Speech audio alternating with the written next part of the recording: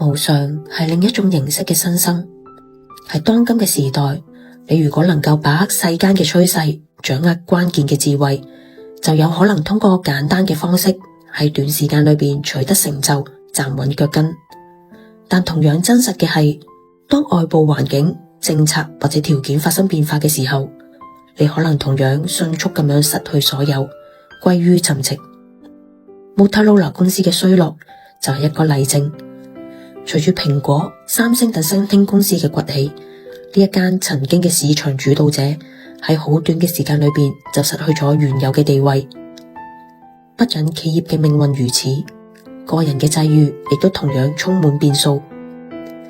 今日你可能備受矚目，明日或許就無人問津。人喺年輕時順境中常感到滿足與快樂，一旦青春逝去，或遭遇疾病、經濟困頓，痛苦便隨之而來。近年來，從歐美到亞洲，金融波動影響咗好多人嘅生活。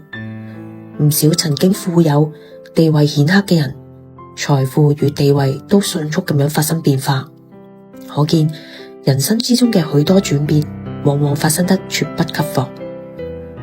青春嘅身體、盛放嘅鮮花、世間嘅繁華，到咗某個時刻都難免變化。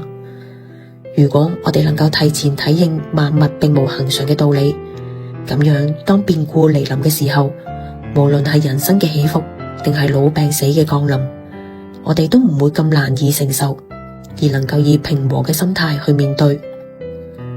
對我個人而言，一切皆無常嘅體悟，始終係困境中給我重要嘅支撐。